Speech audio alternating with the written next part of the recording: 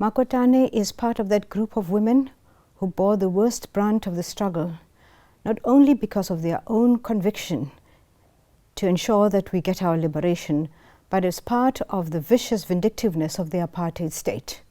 The security forces had perfected the art of psychological torture, its effects devastating on the women and the children of those targeted for their commitment to the liberation struggle. The arrests of largely the men who were in the struggle were dramatic, with intent to cause maximum psychological damage to entire families. Their raids would notably be around 3 or 4 a.m. They would pounce, break down doors, sending children running for cover to their parents. Imagine what their father would be feeling, seeing their children tormented in this way, terrified, kicked out of bed, screaming, and everywhere, their hands clasped in irons, unable to give comfort to the children. Makotane and many other women were there to make sure that they provided the children with some comfort, assured them that everything was okay. Daddy would be coming back in the morning. They never did come back in the morning. The security forces did this deliberately to humiliate the man. Unable to protect his terrified children, they would leave the house with everything in a mess. Their raids resembled a war situation. The women had to clean up and keep the children comforted.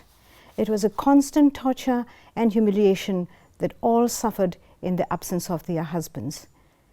They themselves threw themselves into struggle, but the women remained unrepentant in their conviction that one day we will be liberated. Makotane left behind to look after the children, and she did an excellent job of this. If I have the opportunity, I will tell you of the successes of some of these children that she brought up single-handed. They have turned out to be some of the most unsung but outstanding citizens of our country. But back to Makotane. She suffered and had to eke out a living from menial jobs. The last time she saw her husband, he had just taken a walk.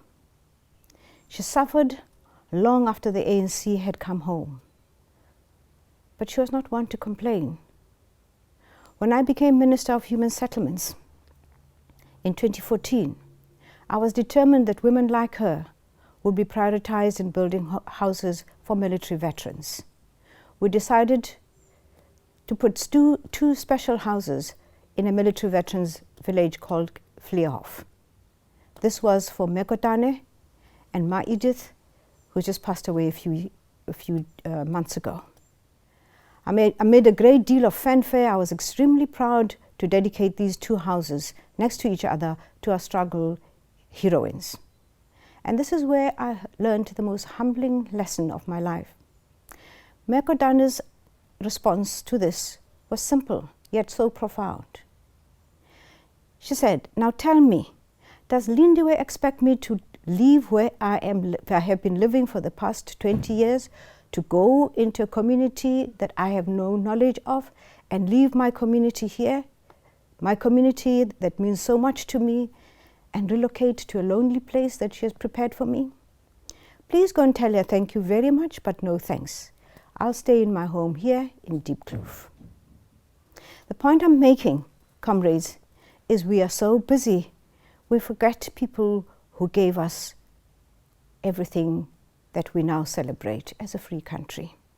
Her community, the people who cared for her, her neighbors, not the ANC, not the SACP, that was her community, her neighbors. And we were there all the time to provide her with a neighborhood, with the love and comfort that she so deserved. That is the story of most of them. And we think of ourselves as caring. By whose definition? Makotane is gone now. She should leave us with a great deal of soul searching. But let me end my tribute to this beautiful, outstanding woman on a lighter note. In 1978, I was asked to represent the South African youth at an ANC youth conference in Moscow. Comrade Moses Kotane was in hospital in Moscow, and Aunt Ruth had arranged that I should go and visit him, telling him that somebody has come straight from home and bring him tidings. We went to the hospital, a few pleasantries, and he asked if I had any news of his wife. Embarrassingly, I shook my head. Yes, she sends her love. I myself had just been released from detention and had not had the time to go and visit anybody. But I felt that at that particular time, perhaps that's the comfort he needed to hear. Oh, okay. So did she say anything? No. Nothing at all? He asked. No. Well, I don't think you've been to see her. And do you know how I know? Because she would have told you to bring me some sweets. Because here, where I am, the doctors refuse me sweets. And she would have made sure that she sent some sweets. You would have brought sweets from her. He died a few months later. A political giant who in his dying days longed for his wife and the comfort that only she could give. Makotane, thank you for everything that you've done for each one of us. Thank you for the children that you've provided for this country. Thank you for your exemplary behavior and teachings. Thank you. Thank you for being who you are.